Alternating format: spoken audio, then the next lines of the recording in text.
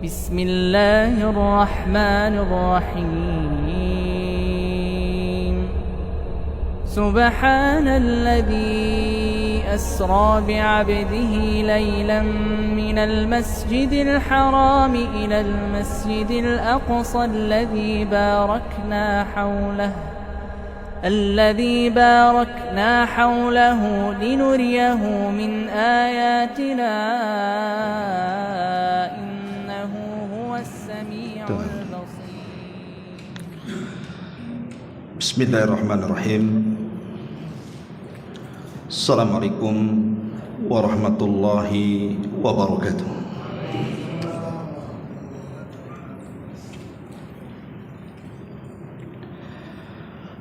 Alhamdulillahilladzi asra bi'abdihi laylan minal masjidil haram ilal masjidil aqsa. Asyhadu an la ilaha illallah wahdahu rabbi la syarika lah wa asyhadu anna Muhammadan abduhu wa rasuluhu alladzi la nabiyya ba'dah. Amma ba'du, ma'asyiral muslimin rahimakumullah. Alhamdulillah, di malam hari ini kembali kita bisa duduk untuk bertalabul ilmi di Masjid Muhajirin. Salat dan juga salam kita hadiahkan kepada Rasul kita Nabi besar Muhammad sallallahu alaihi wa ala alihi wasallam. Karena kita masih berada di bulan Rajab, maka kita diingatkan dengan peristiwa besar yang sejarah menyebutnya dengan peristiwa Isra dan juga Mi'raj. Walaupun peristiwa Isra dan Mi'raj ini memang susah ditentukan kapan bulannya dan kapan tahunnya, karena sebagian para ulama mengatakan bahwa peristiwa ini terjadi di hari Senin tanggal 12 Rabiul Awal. Ada juga yang mengatakan bahwa peristiwa ini terjadi di bulan Dzulqa'dah. Tapi ada juga yang mengatakan peristiwa ini terjadi di bulan Rajab. Ada yang mengatakan 1 tahun sebelum hijrah. Ada yang mengatakan 2 tahun sampai 5 tahun sebelum hijrah. Artinya untuk menentukan peristiwa ini akan sulit karena banyak perselisihan ulama tentang kapan terjadinya. Tapi umumnya masyarakat, mereka mengenal peristiwa ini apabila datang bulan Rajab. Ma'asyiral muslimin yang dimuliakan Allah Subhanahu wa taala, saya tidak hendak menceritakan secara detail perjalanan Isra Mi'raj, mungkin secara singkat saja karena sering juga saya jelaskan di sini. Tetapi yang paling penting dari peristiwa ini adalah pelajarannya, hikmah dan ibarahnya. Apa yang kita bisa petik dari pelajaran Isra Mi'raj ini? Karena kisah ini bukan didengar kemudian merasa lezat ketika mendengarkannya, tetapi kisah itu harus diambil setiap kalimat per kalimatnya tentang apa yang bisa kita ambil pelajaran dari peristiwa besar ini. Ma'asyiral muslimin rahimakumullah. Kita tahu bahwa peristiwa Isra Mi'raj ini terjadi setelah Amul Hazni, tahun kesedihan yang dialami Nabi SAW saat meninggalnya 2 manusia sebagai penopang dakwahnya. Pertama Abu Talib yang merupakan pamannya, walaupun di atas kekafirannya tetapi jasanya tidak bisa dianggap rendah terhadap Islam. Kemudian yang kedua Khadijah, istri tercintanya yang beriman sebelum manusia beriman, yang mensedekahkan seluruh hartanya sebelum manusia ada yang bersedekah, bahkan yang membenarkan apapun yang dikatakan Rasul ketika manusia mendustakan, bahkan dari rahimnya lah keluar putra putri beliau alaihi salatu wassalam. Bagaimana tidak sedih? Bahkan Rasul SAW merasakan kesedihan ini sampai 1 tahun.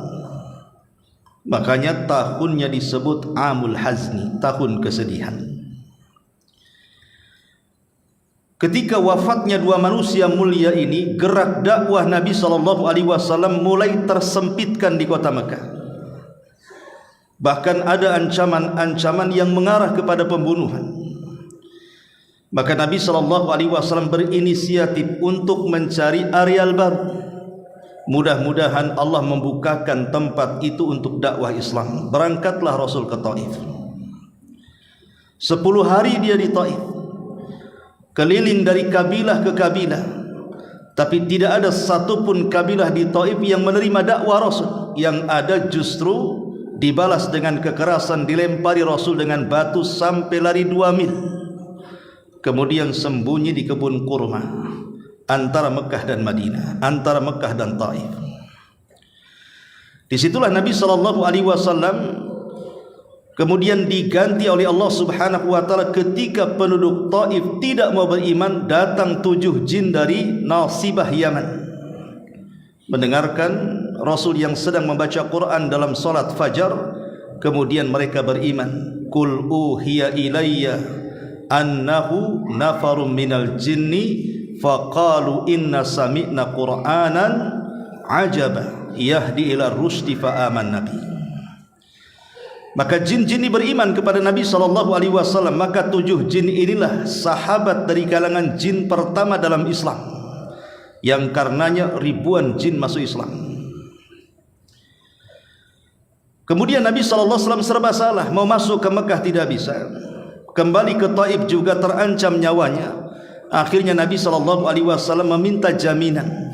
Dapatlah orang baik, orang Mekah yang menjamin kehidupan Rasul, tetapi dengan syarat Rasul dilarang berdakwah terang-terangan. Maka dakwah Rasul kembali kepada sirriyah, dakwah sembunyi-sembunyi. Maka semakin sesaklah dada Nabi SAW, dan Allah tahu. Makanya Allah Subhanahu wa taala berfirman, qad na'lamu annaka yadiku sadruka bima yaqulun. Kami tahu wahai Muhammad, dadamu sesak, kata Allah, terhadap apa yang mereka para nabi. Dia tidak lebih besar dibandingkan kuda dan tidak lebih kecil daripada keledai. Jadi dia lebih besar daripada keledai, tapi lebih kecil daripada kuda dan memiliki perawakan panjang. Sekali langkah sejauh mata memandang. Jibril datang menemui Nabi SAW, kemudian mengajak untuk melakukan perjalanan di malam hari itu. Tapi sebelum itu, maka Jibril melakukan pembelahan dada kepada Rasul kedua kalinya. Karena sebagian ulama berselisih pendapat berapa kali Rasul dibelah dadanya kemudian dibersihkan jantungnya itu. Ada yang mengatakan 3 kali. Pertama, ketika Rasul masih usia 5 atau 6 tahun di rumah Halimah Sa'diyah. Yang kedua, dalam peristiwa Gua Hira ketika turun surah Iqra. Kemudian yang ketiga dalam peristiwa Isra Mi'raj. Tapi ulama sejarah hanya merajihkan, wallahu alam, bahwa peristiwa itu hanya terjadi 2 kali saja. Pertama, ketika Rasul berada di rumah Halimah Sa'diyah dalam pangkuan ibu susu beliau di usia 5 atau 6 tahun. Dan yang kedua dalam peristiwa Isra Mi'raj ini. Setelah kemudian dibelah dadanya, diambil jantungnya, dibersihkan di bejana emas dengan air Zam-Zam, kemudian dimasukkan iman dan hikmah dan kebijaksanaan Allah ke dalam jantung Rasul, kemudian ditutup kembali. Kenapa harus dibersihkan? Karena Rasul akan melihat peristiwa yang belum pernah dilihat siapapun. Harus ada kesiapan jiwa, makanya dibersihkan jiwanya. Setelah itu kemudian Rasul dibawa untuk menunggangi burak. Maka berangkatlah Nabi SAW dengan Jibril peristiwa yang disebut dengan Isra. Isra itu perjalanan yang dilakukan di malam hari. Bahasa Arabnya disebut Isra. Maka berangkatlah Rasul dari Makkah Al-Mukarramah menuju Baitul Maqdis, Palestina. Tentu kalau perjalanan biasa, ada yang mengatakan di zaman itu menggunakan unta dari Mekah ke Palestina itu sekitar 40 hari. Berarti kalau pulang pergi sekitar 80 hari, 2 bulan lebih. Tapi bisa ditempuh dengan perjalanan sesingkat-singkatnya hanya separuh malam saja. Ketika Nabi SAW kemudian naik ke atas buraq, langsung melesat menuju Baitul Maqdis. Sesampainya di Baitul Maqdis, rupanya sudah ditunggu di Masjidil Aqsa para nabi. Mereka datang dengan ruh-ruh mereka, karena bagaimanapun jasad mereka sudah dikubur, sehingga ruh-ruhnya hadir di masjid itu dan digambarkan kepada Rasul bahwa para nabi sedang berada di belakangnya. Bagaimana caranya? Allahu a'lam. Allah ala kulli syai'in qadir. Kemudian Nabi SAW diperintahkan oleh para nabi untuk menjadi imam, seolah-olah para nabi ini memberikan estafet dakwah, bahwa engkaulah nabi terakhir yang akan meneruskan dakwah kami. Dari situlah Nabi SAW disebut Sayyidul Anbiya'i wal Mursalin, pemimpinnya para nabi dan rasul, karena memegang estafet terakhir dakwah semua para nabi. Kemudian Rasul pun mengimami mereka. Setelah Nabi SAW mengimami para nabi, maka kemudian Nabi SAW sebelum naik ke atas dengan peristiwa yang kedua yang disebut dengan Mi'raj, maka didatangkan kepada Nabi 2 minuman. Pertama khamar, dan yang kedua madu, dalam riwayat susu. Kemudian Nabi SAW memilih air madu atau air susu tadi dan menghindari khamar, padahal khamar ketika itu belum diharamkan, masih boleh diminum. Tapi Nabi SAW tetap mengambil selain khamar, sehingga Jibril mengatakan, asabtal fitrah, engkau telah memenuhi fitrahmu, wa hudiyat ummatuka, dan umatmu akan mendapatkan hidayah karena pilihan. Coba bayangkan kalau ketika itu Rasul minum khamar dan meninggalkan susu, mungkin kita mabok tiap hari. Tapi Nabi SAW tidak mengambil khamar, karena tahu khamar itu merusak akal manusia. Maka mulailah Nabi SAW melakukan perjalanan yang disebut dengan Mi'raj. Perjalanan Mi'raj ini tidak dengan buraq, karena buraq itu binatang bumi. Rasul menambatkan buraq itu di dinding yang sekarang dikenal dengan dinding ratapan, yang menjadi tempat ibadahnya orang-orang Yahudi. Kemudian Nabi SAW dinaikkan dengan cara apa? Wallahu a'lam. Yang jelas bahwa Nabi SAW naik bersama Jibril menuju langit. Di langit pertama, Nabi SAW meminta izin kepada penjaga pintu langit, karena langit itu berbentuk bangunan, ada pintunya, dan pintu langit itu selaras dengan Masjidil Aqsa. Makanya Nabi SAW naik ke langit harus dari Masjidil Aqsa. Bisa saja kalau seandainya Allah mau dari Masjidil Haram, kan begitu, langsung ke langit. Tapi kenapa mesti ke Masjidil Aqsa? Karena pintunya lurus dengan masjid itu.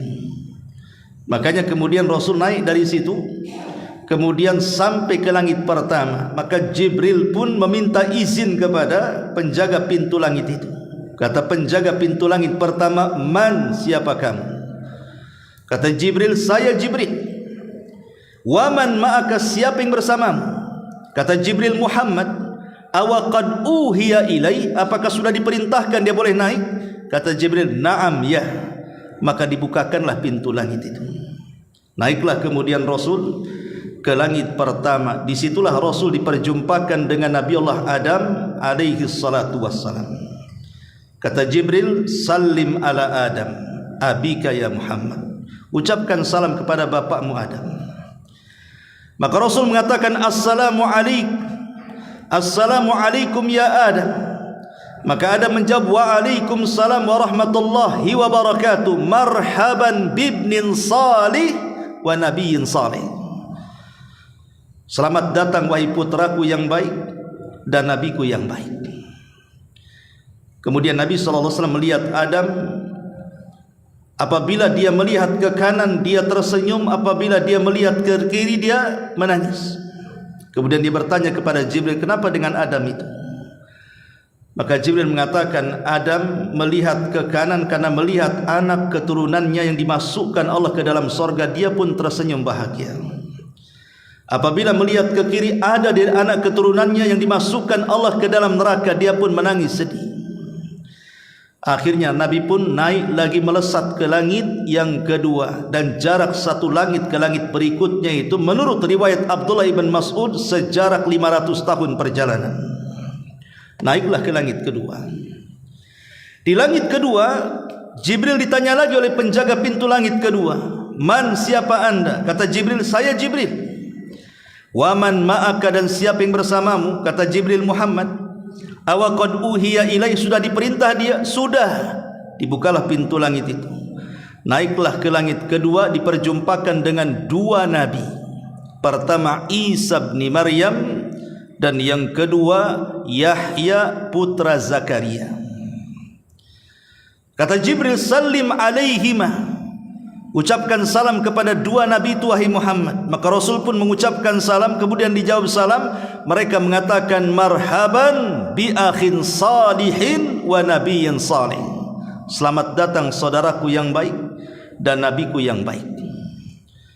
Kemudian Rasul pun naik ke langit ketiga, sama meminta izin kepada penjaga pintu langit. Kemudian di langit ketiga diperjumpakan dengan Nabi Allah Yusuf alaihi salatu wassalam, yang diberikan separuh ketampanan Adam alaihi salatu wassalam. Maka setelah kemudian mengucapkan salam kepada Nabi Yusuf dan dijawab, dan Yusuf mengatakan marhaban bi akhin salih wa nabiyyin salih, selamat datang wahai saudaraku yang baik dan nabiku yang baik. Maka Rasul naik lagi ke langit yang keempat. Disitulah diperjumpakan dengan Idris alaihi salatu wassalam, yang Allah angkat dari bumi ke langit keempat. Wa rafa'nahu makanan aliyya, kami angkat Idris ke tempat yang tinggi, maksudnya ke langit keempat. Kemudian setelah mengucapkan salam, dijawab salam, Idris pun mengucapkan marhaban bi akhin salih wa nabiyyin salih, selamat datang saudaraku yang baik dan nabiku yang baik. Akhirnya Rasul pun naik ke langit kelima. Disitulah diperjumpakan dengan Nabi Allah Harun alaihi salatu wassalam, saudara Musa alaihi salam. Kemudian naik ke langit yang keenam, dijumpakan dengan Nabi Musa. Dijumpakan dengan Nabi Musa, yang nanti Nabi Musa ini akan berperan dalam peristiwa ini. Ketika Nabi SAW disyariatkan 50 waktu solat, akhirnya menjadi 5 waktu solat. Itu ada peran Nabi Musa di sini. Makanya kalau kita lihat Al-Quran itu kebanyakan kisah-kisahnya menceritakan tentang kisah dan kaumnya Bani Israel, seolah-olah ada ikatan antara kita kaum muslimin dengan Bani Israel. Maka kemudian setelah itu naik ke langit terakhir, langit ketujuh, berjumpa dengan Nabiullah Ibrahim alaihi salatu wassalam, di mana Rasul melihat muka Ibrahim persis seperti muka dia.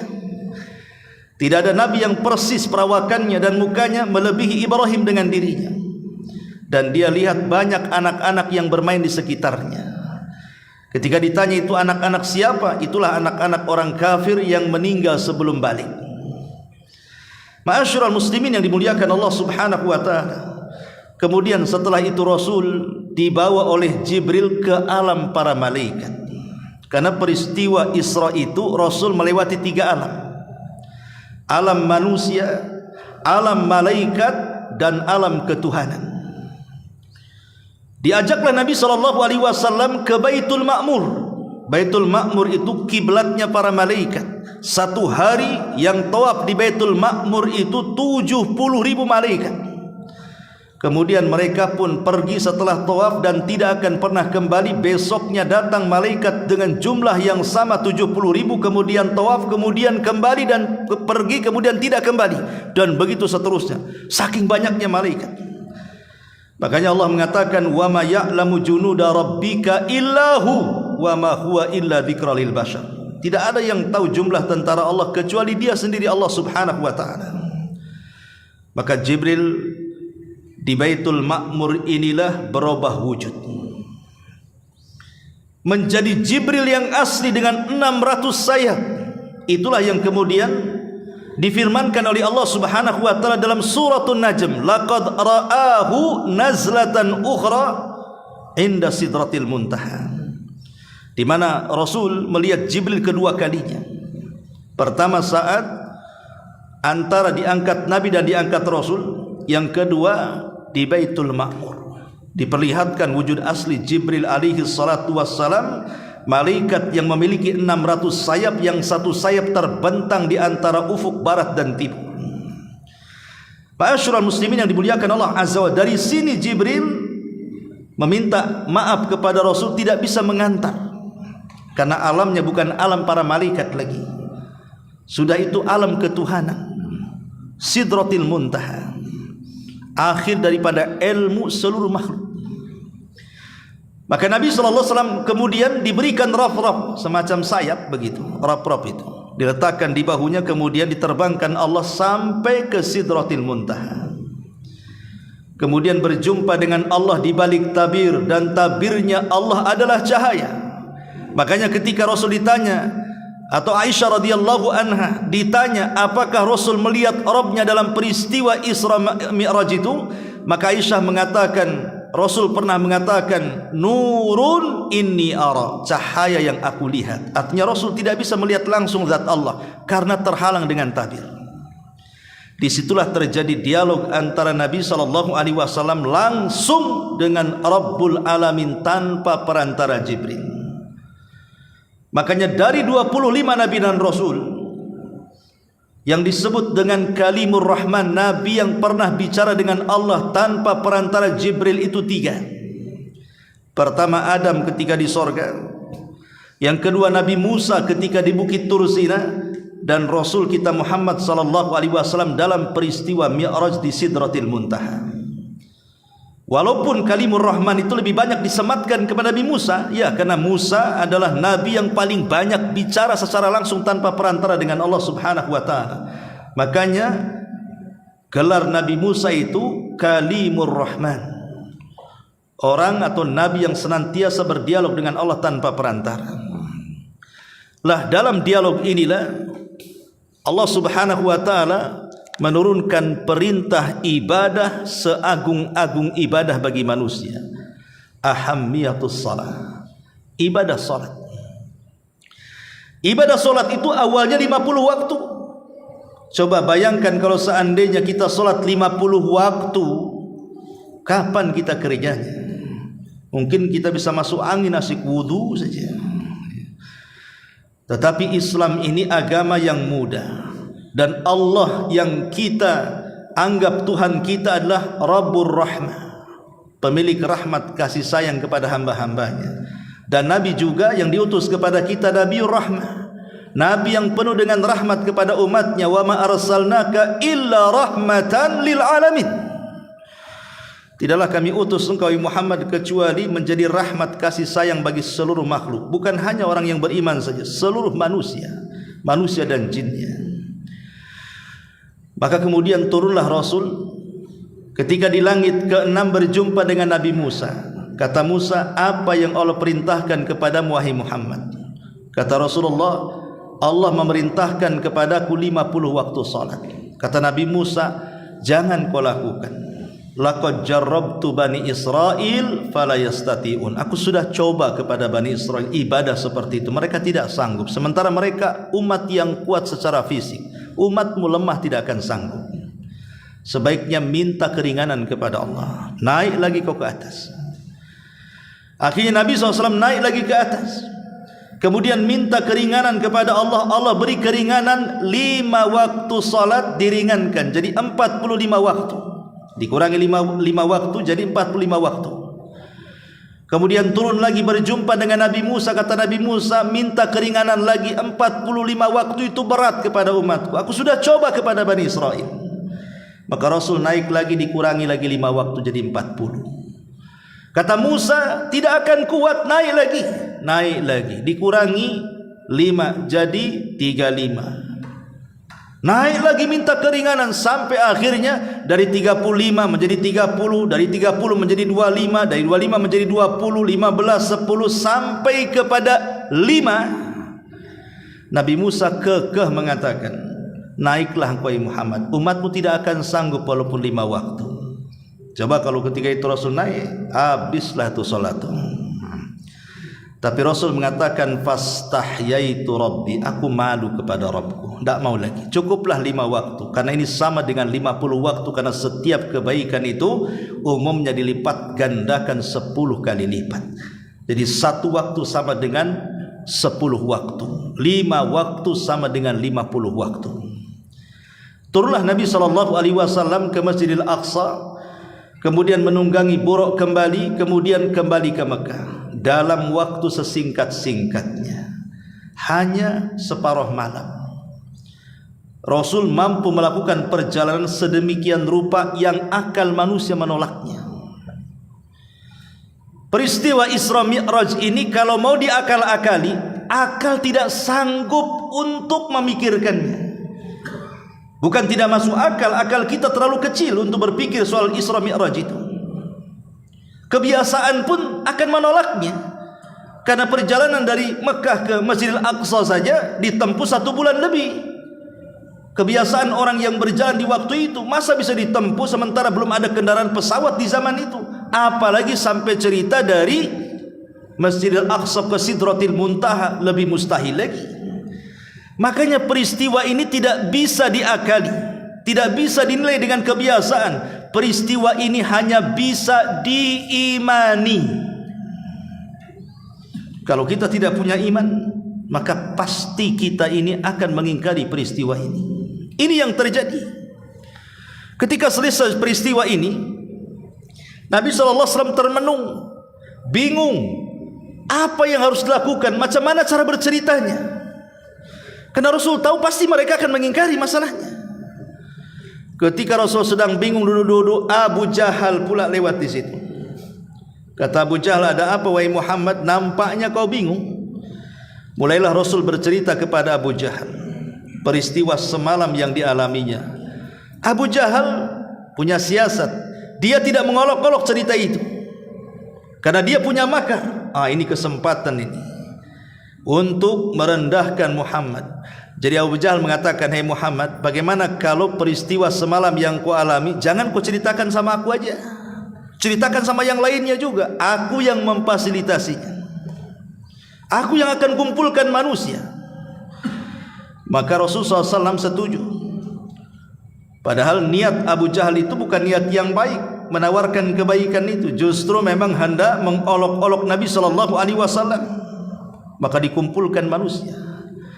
Kemudian Abu Jahal mengatakan, manusia sudah kumpul Muhammad, sekarang ceritakan kisahmu semalam persis seperti yang kau ceritakan kepada aku.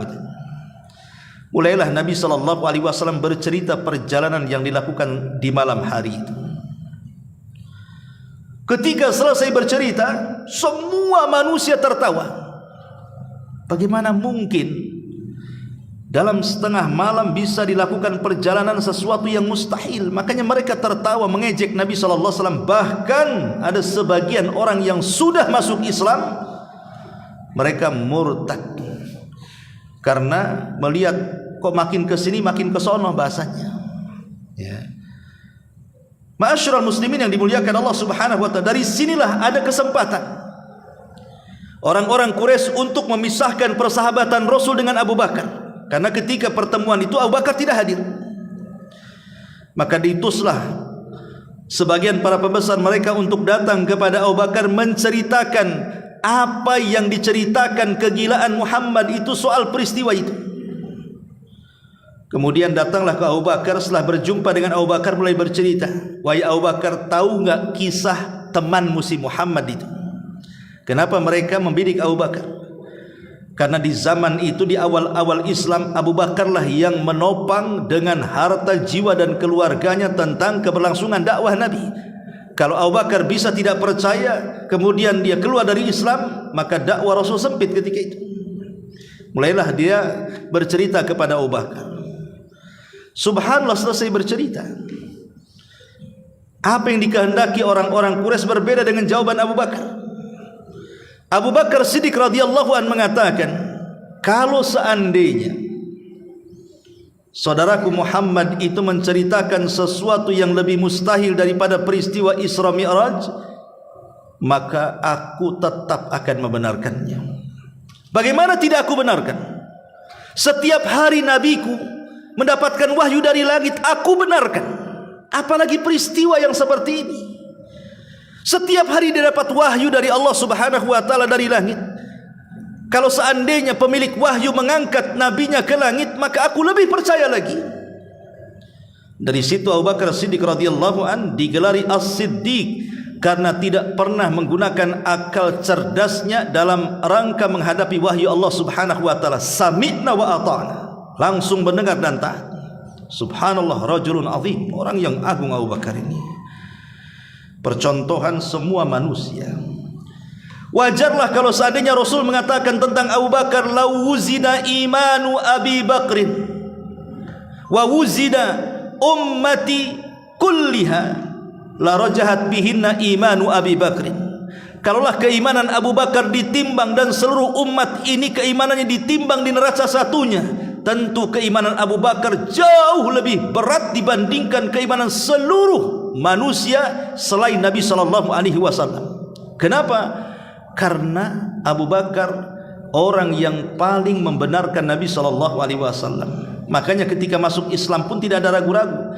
Ketika semua sahabat diajak masuk Islam, jawabannya nanti dulu, dipikir dulu apakah betul dia nabi, dan begitu seterusnya. Abu Bakar tidak ada keraguan dan mengatakan asyhadu an la ilaha illallah wa anna Muhammadar Rasulullah. Itulah Abu Bakar As-Siddiq radhiyallahu anhu. Ma'asyiral muslimin yang dimuliakan Allah Subhanahu wa taala, baik ini peristiwa global. Banyak yang saya luputkan dari peristiwa ini karena kita akan petik pelajarannya. Ya. Pelajaran pertama dari kisah ini, kita diajarkan dalam kisah peristiwa Isra Mi'raj ini agar kita beriman dengan perkara yang gaib. Karena di zaman sekarang ada sebagian orang yang terlalu cerdas mungkin ya, atau terlalu menyimpang, wallahu a'lam. Mulai ada orang yang meragukan peristiwa Isra Mi'raj karena tidak sesuai dengan akal. Mulai melemahkan riwayat-riwayat tentang peristiwa Isra Mi'raj karena tidak sesuai dengan pikiran. Ma'asyiral muslimin, saya tadi sudah katakan kalau dipikirkan secara akal atau dipikirkan secara kebiasaan, memang akal dan kebiasaan menolak peristiwa ini. Macam mana bisa? Akal menolak. Makanya peristiwa ini harus diimani. Ini bagian daripada al-iman bil ghaibi, iman dengan yang gaib. Bagaimana caranya Rasulullah SAW bisa melakukan peristiwa Isra, perjalanan yang ditempuh sesingkat-singkatnya sampai dari Masjidil Aqsa ke Sidratil Muntaha juga sama. Ini perkara gaib, hanya Allah yang tahu. Tapi yang jelas bahwa ini bukan mimpi. Kalau mimpi nggak ada gunanya. Orang mimpi bisa kemana aja. Makanya peristiwa ini birruhi wal jasad, dilakukan dengan ruh dan jasad, bukan dengan ruh saja. Kalau ruh ya berarti mimpi. Kalau mimpi kita aja bisa macam-macam dalam mimpi kita. Tapi karena ini birruhi wal jasad, maka ini mukjizat terbesar yang diberikan Allah kepada Rasul yang tidak diberikan kepada para nabi sebelumnya. Dan iman dengan yang gaib ini penting dalam kehidupan kita. Karena dalam peristiwa Isra Mi'raj itu kan Rasul melintasi berbagai macam makhluk yang Allah ciptakan di langit. Dia menembus langit pertama, kedua, ketiga sampai ketujuh, berjumpa dengan para nabi, berjumpa dengan para malaikat, melihat Baitul Ma'mur, melihat sorga, melihat neraka. Semua diperlihatkan. Ini kan perkara gaib. Makanya kenapa Allah Subhanahu wa taala memulakan di awal surah dalam Quran surah Al-Baqarah itu, ciri-ciri orang-orang yang bertakwa adalah alladzina yu'minuna bil ghaib. Mereka orang yang bertakwa itu orang-orang yang beriman dengan yang gaib. Karena pengaruh beriman yang gaib itu akan luar biasa. Allah itu gaib. Siapa yang pernah melihat Allah? Tidak ada yang pernah melihat Allah. Bahkan tidak akan sanggup melihat Allah selama kita masih hidup di dunia. Sekelas Nabi Musa saja meminta kepada Allah Subhanahu wa taala dan mengatakan, perlihatkan dirimu ya Rabb. Maka Allah mengatakan, lantarani, kau tidak bisa melihat wahai Musa.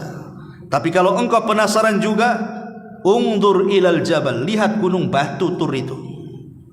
Kalau seandainya aku menampakkan diri kepada gunung itu dan gunung itu tetap berdiri kokoh di tempatnya, fasaufa tarani, kau akan melihat aku.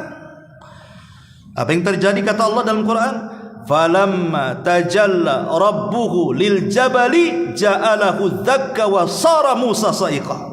Ketika Allah menampakkan dirinya ke hadapan gunung yang sangat kokoh, yang penuh dengan bebatuan itu, tiba-tiba gunung itu bergegar kemudian hancur berantakan. Musa terkejut sampai pingsan. Ketika dia sudah tersadar, dia mengatakan, tubtu ilaika, aku tobat ya Rabb, aku tidak akan meminta dirimu untuk ditampakkan. Ketika kita di sorga, dan itu nikmat terbesar yang Allah anugerahkan kepada kita. Kalau orang beriman dengan yang gaib, terutama beriman kepada Allah Subhanahu wa taala pertama, maka kita akan merasa diawasi Allah. Tertanamlah sifat muraqabah, sehingga dalam bicara dan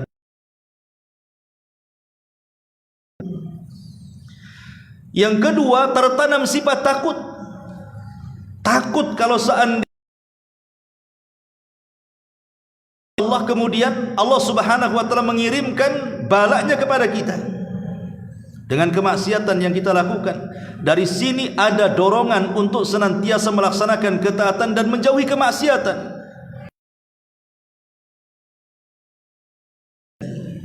Dan muncullah tumakninatun nafsi, jiwa akan tenang. Kalau kita yakin adanya Allah Subhanahu wa taala walaupun gaib, jiwa kita akan tenang. Kenapa? Karena kita akan terus diawasi Allah, di mana semua hajat-hajat kita tinggal minta kepada zat yang gaib, Allah Subhanahu wa taala. Sehingga timbullah takwa, timbullah tazkiyatun nafas, dan begitu seterusnya. Karena begini ikhwatu fiddin yang dimuliakan Allah Subhanahu wa taala, perkara gaib ini kan macam-macamnya. Kita pakai logika dulu. Jangankan cerita agama, cerita kita saja sehari-hari. Saya di hadapan Anda, bagi saya depan Anda itu adalah perkara yang tidak gaib. Saya menghadap Anda, saya lihat Anda, berarti di depan saya tidak gaib, tapi di belakang saya gaib. Saya nggak lihat ke belakang. Sama juga dengan Anda di sini, di belakang Anda gaib bagi Anda, tapi Anda tidak akan gaib ketika melihat ke arah saya. Tapi saya bisa melihat ke belakang Anda sebagaimana Anda bisa melihat ke belakang saya. Yang gaib bagi saya nampak bagi Anda, yang gaib bagi Anda nampak bagi saya. Itu di dunia saja kan, logikanya kan begitu. Atau contoh kita sendirian. Ketika kita sendirian, ada 6 arah bagi kita. Depan 1, belakang 2, 6. Atas, bawah. Berarti arah kita itu ada 6 kan? Atas, bawah, depan, belakang, samping kiri, samping kanan. Dalam satu waktu bisa kita melihat ke 6 arah? Tidak bisa. Kalau kita mengarah ke kiri, kanan gaib bagi kita. Kita mengarah ke atas, bawah gaib bagi kita. Kita mengarah ke depan, belakang gaib bagi kita. Itu di dunia. Zaman juga sama. Apa yang sudah lewat menjadi gaib bagi kita. Apa yang akan datang memang gaib, belum tahu kita apa yang akan terjadi. Ya sekarang ini yang tidak gaib bagi kita. Lah ini perkara di tengah-tengah manusia saja. Kita tidak bisa gitu menembus kegaiban-kegaiban yang ada di sekeliling kita. Dan itu harus kita imani, karena kita rasakan memang ada yang gaib itu. Karena orang-orang itu kan mereka mentasybih, menyerupakan kehidupan yang nyata dengan kehidupan yang gaib itu, seolah yang gaib nggak ada. Loh, buktinya ada gaib itu. Yang belakang saja kita tahu, sejengkal di bawah tanah aja kita nggak tahu. Dari sini Allah mengatakan, wa ma utitu minal ilmi illa qalila. Tidaklah Allah memberikan pengetahuan kepada kita kecuali sedikit. Sedikit yang Allah berikan, banyak yang gaib dari kita. Kenapa kita tidak beriman dengan yang gaib? Ma'asyiral muslimin, kalau Allah Subhanahu wa taala memberangkatkan Rasul sallallahu alaihi wasallam dalam peristiwa besar Isra Mi'raj itu, kemudian kita ingkari, maka Anda mengingkari qudratullahi azza wajalla, kemampuan Allah Subhanahu wa taala. Hari-hari kita bisa melihat kemampuan Allah. Bagaimana Allah terbitkan matahari dari arah timur, tenggelam di barat. Siapa yang bisa melakukannya? Tidak ada yang bisa melakukannya. Sekelas Namrud yang mengaku Tuhan, ketika Ibrahim berdebat dengan Namrud dan mengatakan, wahai Namrud, Tuhanku mendatangkan matahari dari arah timur, fa'ti biha minal maghrib. Kau datangkan dari barat sekarang. Fa buhital ladzi kafar. Kalau dalam pandangan kita alam semesta saja itu merupakan qudratullah, kuasa Allah. Allah bisa menciptakan langit dengan ngambang tanpa tiang. Allah bisa menjalankan matahari setiap hari seperti itu. Kenapa Allah tidak sanggup memperjalankan Nabi dari Masjidil Haram ke Masjidil Aqsa ke Sidratil Muntaha? Wa ma qadarullaha haqqa qadri. Sesungguhnya mereka tidak benar-benar mengagungkan Allah Subhanahu wa taala dengan sebenar-benar pengagungan. Kalau orang mengagungkan Allah, maka kita harus yakin dengan peristiwa ini. Ma'asyiral muslimin yang dimuliakan Allah Subhanahu wa taala. Ini yang pertama, ditanamkan kepada kita al-imanu bil ghaib. Yang kedua, pelajaran Isra Mi'raj ini menjelaskan kepada kita tentang ahammiyatus salati, tentang pentingnya salat, ikhwan. Karena oleh dalam peristiwa ini adalah salat. Dan kalau kita bicara tentang salat, salat adalah Isra dan salat juga adalah Mi'raj. Bagaimana kita katakan salat itu Isra dan salat itu Mi'raj? Setiap hari kita mengadakan Isra Mi'raj. 5 waktu lagi kita mengadakan Isra Mi'raj dalam salat kita.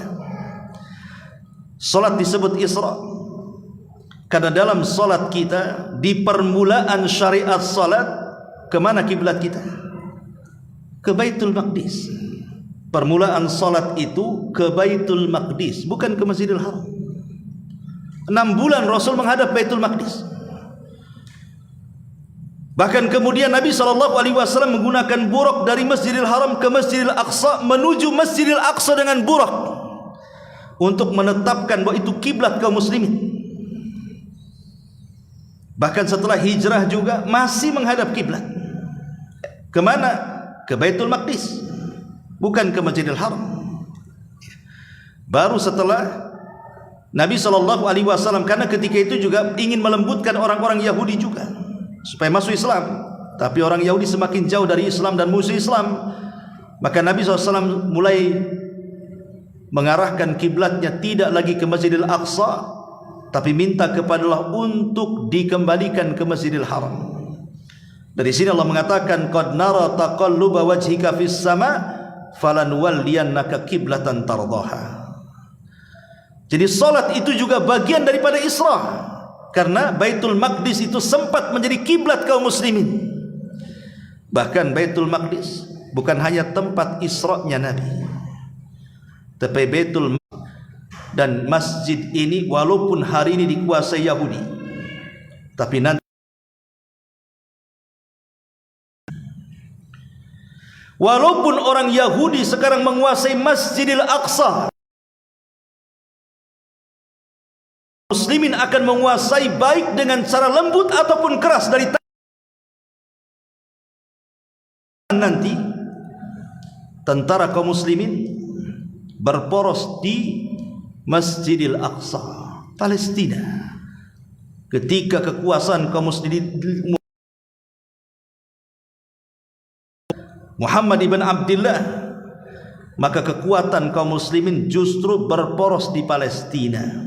Tunggu saja ada waktunya di mana kita juga akan salat di situ, insyaallah. Ma'asyiral muslimin yang dimuliakan Allah Subhanahu wa taala. Adapun peristiwa salat disebut Mi'raj karena salat itu wasilah untuk Mi'raj. Dalam peristiwa Mi'raj Allah berjumpa dengan Allah. Maka dalam salat juga hakikatnya kita berjumpa dengan Allah Subhanahu wa taala. Selain salat Anda tidak akan bisa berjumpa dengan Allah. Makanya Allah lakabiratun illa 'alal khashiin alladzina yadunnuna annahum mulaqu rabbihim. Sesungguhnya salat itu berat kecuali bagi orang-orang yang khusyuk. Siapa orang yang khusyuk itu kata Allah? Orang yang dalam hatinya yakin dia sedang berjumpa dengan Rabb-Nya, kata Allah. Jadi salat itu adalah mi'raj Allah subhanahu wa ta'ala. Kita berjumpa dengan Allah di saat salat kita, karena aqrabu ma yakunu bainal abdi wa rabbihi fi sujudihi. Kedekatan seorang hamba dengan Rabb-Nya saat kita sedang sujud. Itulah paling dekat Allah dengan kita. Ma'asyiral muslimin wal muslimat rahimani wa rahimakumullah. Maka salat penting dalam peristiwa ini.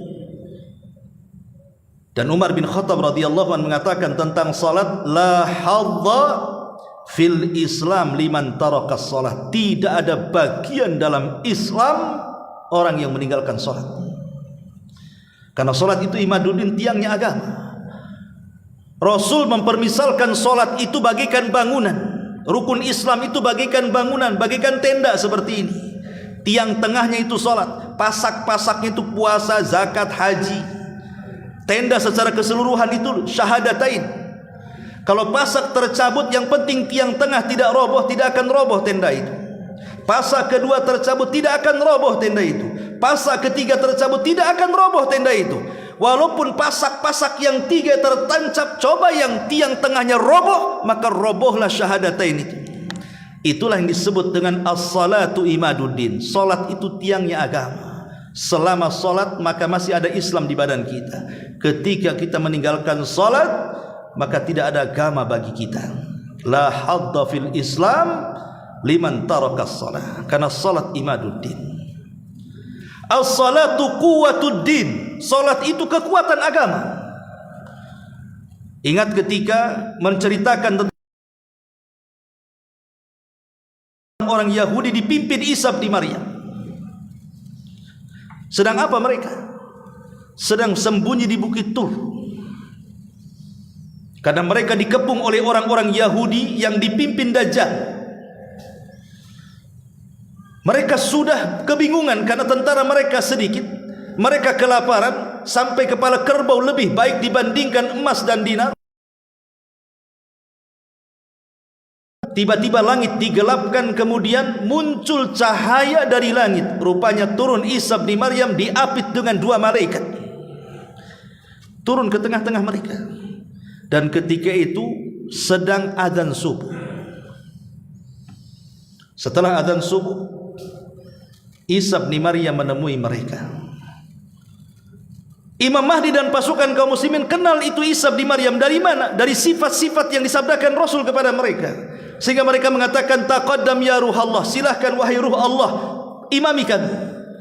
Tapi Isa bin Maryam tidak, setiap kaum ada imamnya. Kaulah yang menjadi imam. Imam Mahdi menjadi imam, Isa di belakang Imam Mahdi, kemudian melaksanakan sholat subuh.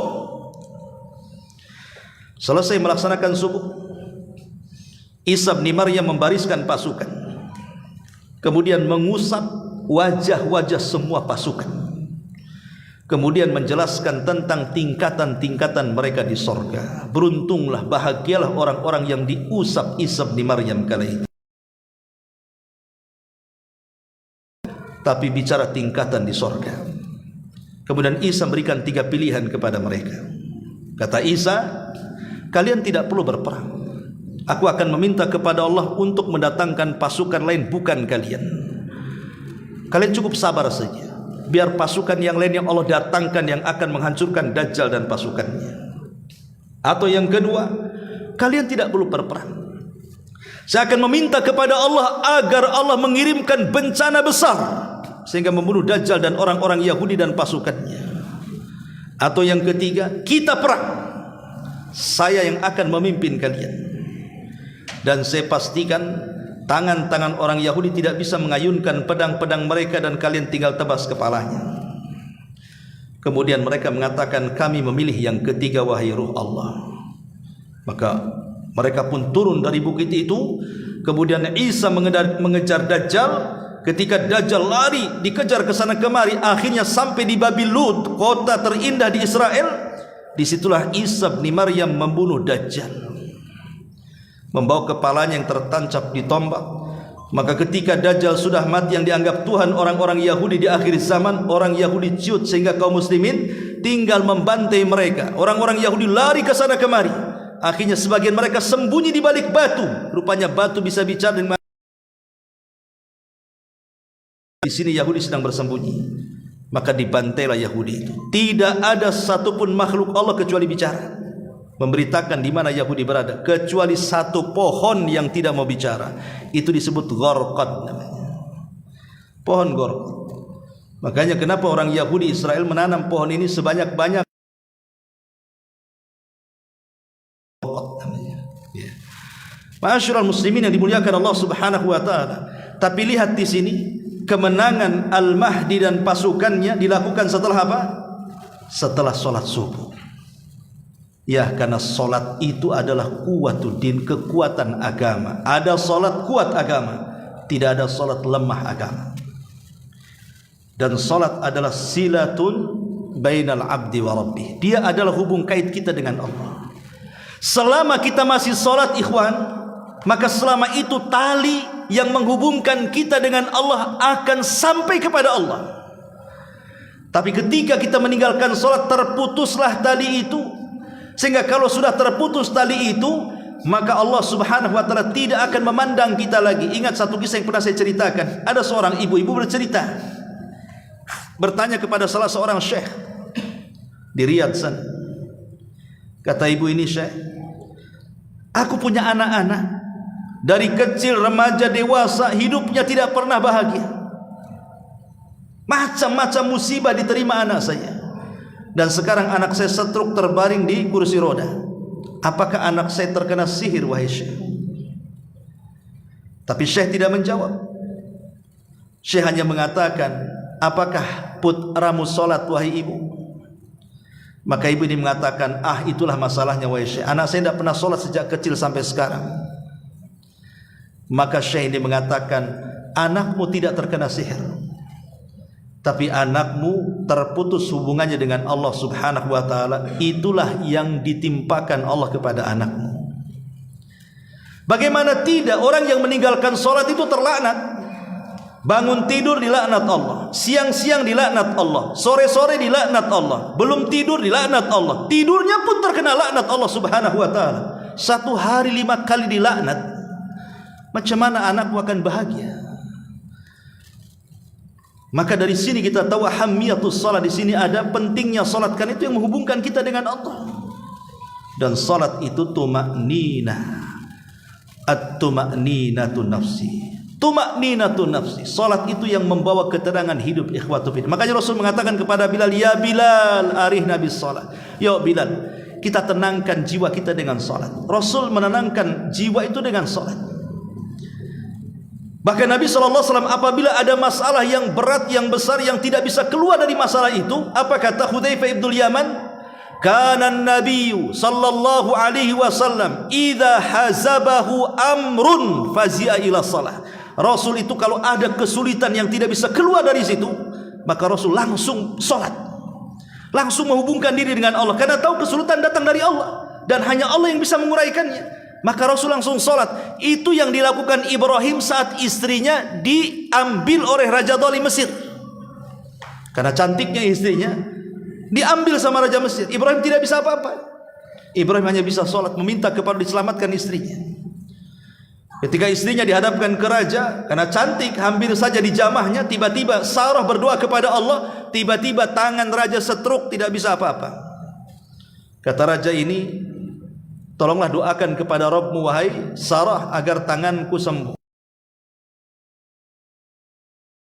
Kan lagi setruk lagi, sampai 3 kali ketakutan raja ini. Akhirnya mengatakan kepada prajuritnya, "Kalian kusuruh membawa manusia, kau suruh pula bawa setan kemari," katanya. Akhirnya diusirlah Sarah, "Pergi, jangan ganggu aku, sebagai hadiahnya ambillah budakku nih, namanya Hajar." Kasih hadiah Hajar, pulang Sarah. Selamat. Kenapa? Kata para ulama, karena rahasia salatnya Ibrahim alaihi salatu wassalam. Salatlah yang menolong Sarah sehingga diselamatkan dari raja itu. Maka peristiwa Isra Mi'raj ini adalah peristiwa yang menjelaskan kepada kita tentang ahammiyatus shalah, pentingnya salat. Yang ketiga, peristiwa ini adalah al-ikhtibar lil iman. Peristiwa ini sebagai ikhtibar, ujian tentang keimanan. Karena di zaman itu juga, di zaman Rasul, banyak yang iman para sahabat itu hilang gara-gara peristiwa ini. Hanya sebagian sahabat kecil yang mempercayainya. Sebagian besar mereka ragu-ragu, kemudian sebagiannya lagi murtad, naudzubillah. Ini sebagai ikhtibar. Ahasiban nas an yutraku an yaqulu wa hum la yuftanun. Apakah manusia mengira setelah mengatakan saya beriman mereka tidak diuji? Mereka diuji. Diuji keimanannya. Apakah membenarkan peristiwa ini ataukah mendustakannya? Makanya penting seseorang itu memandang sahabat-sahabat yang sabat ala-din, bagaimana mereka istiqomah di atas agamanya.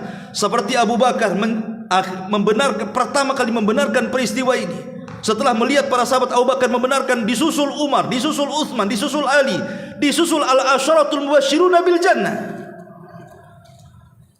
Ma'asyiral muslimin yang dimuliakan Allah Azza wa Jalla. Oleh karena itulah maka peristiwa ini jadikan momen kepada kita untuk semakin mantap lagi bahwa memang peristiwa itu berlaku dan terjadi, dan Allah Maha Kuasa untuk melakukannya. Logika mengatakan, kalau seandainya ada seekor semut, saya mau terbang ke Jakarta nih, akhirnya saya bawa tas, ada seekor semut masuk ke tas saya, ke bawah, terbanglah ke pesawat Lion Air itu sampai di Jakarta. Nggak keluar juga semut itu dari tas. Kemudian sampai saya pulang lagi ke Batam, semut ini turun, kemudian ceramah di hadapan teman-teman semut, aku habis dari Jakarta loh. Kira-kira percaya tak teman-teman semut? Gila kau ini, katanya. Kau dari mana? Masa dari Jakarta? Saya aja tak punya, Jakarta pula. Kan logika seperti itu kan. Kalau ini bisa mungkin kan? Nggak mungkin. Mungkin kita bawa semut ke Jakarta balik lagi, mungkin. Tapi kalau seandainya sama semut bercerita, pasti dibilang mustahil. Nah, sama juga gitu ke peristiwa ini seperti itu. Tapi kan bisa dilogikakan. Makanya ini sebuah ikhtibar dari Allah Subhanahu wa taala tentang keimanan. Bahwa iman kita ini senantiasa diuji. Jangan salah, bukan hanya dengan peristiwa Isra Mi'raj saja, dengan peristiwa-peristiwa yang lain iman kita ini akan diuji. Diuji dengan musibah, entah dari segi kesehatannya, entah dari segi ekonominya, entah dari segi keluarganya, entah dari ucapan manusia yang menyakitkannya, dan begitu seterusnya. Pasti manusia itu diuji. Maka perlu memupuk keimanan. Yang keempat, ketika Nabi SAW berdakwah ke Taif, tapi orang-orang Taif menolaknya, maka Allah ganti dengan Aqsa. Makanya Taif tidak ada keutamaan. Kalau sekiranya Rasul ke Taif kemudian orang Taif menerima, tentu peristiwa ini tidak akan terjadi. Karena terjadinya peristiwa ini karena Rasul merasa sesak dadanya kesana kemari sampai ke Taif. Itulah pelajaran yang pernah diceritakan Rasul kepada Aisyah. Aku tidak pernah mengalami ujian terberat kecuali dengan orang Taif, katanya. Karena dia melempari mulai dari anak kecil, perempuan, orang tua, semua sepakat mengusir Nabi. Karena mereka enggan untuk memeluk Islam. Maka Allah gantikan tempat termulia menjadi Aqsa. Bayangkan dalam peristiwa Taif itu, malaikat Jibril sampai datang menemui Nabi, membawa 2 malaikat penjaga bukit, dan mengatakan, "Hai Muhammad, coba kau ngomong saja 2 malaikat ini, maka 2 malaikat ini akan membawa 2 bukit yang mereka jaga untuk dibenturkan kepada mereka yang mengingkari dakwah." Kalau mungkin kita di posisi Nabi, mungkin ialah lemparkan aja lah, kurang ajar itu kan.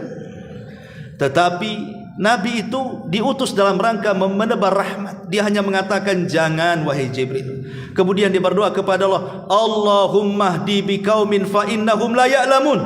Ya Allah, berikan hidayah saja kepada mereka. Mereka kaum yang tidak tahu kalau aku nabinya.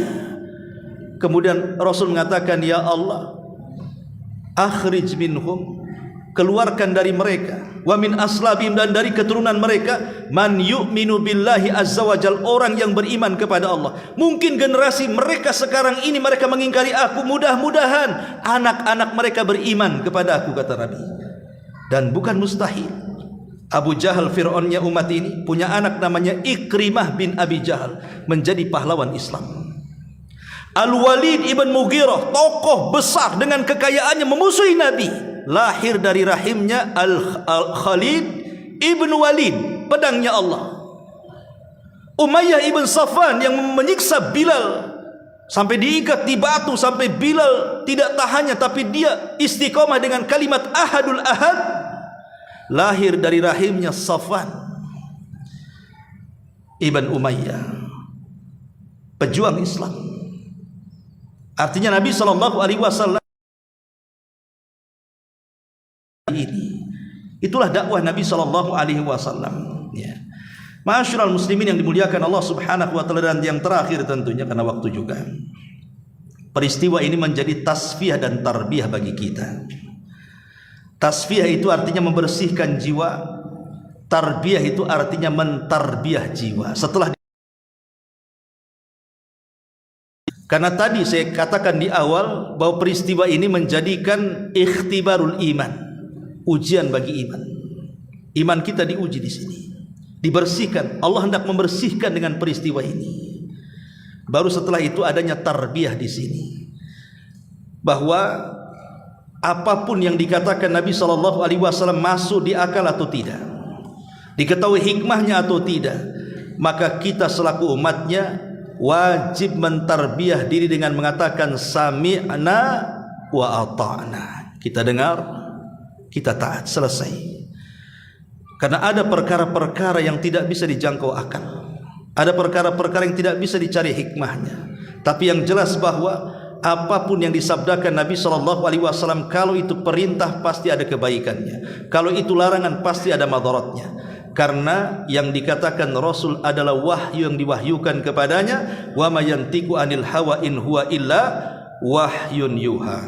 Wallahu a'lam bishawab. Ini yang bisa saya sampaikan, mudah-mudahan bermanfaat. Subhanallahi bihamdika, asyhadu an la ilaha illa anta, astaghfiruka wa atubu ilaik. Allahu ta'ala alam. Assalamualaikum warahmatullahi wabarakatuh.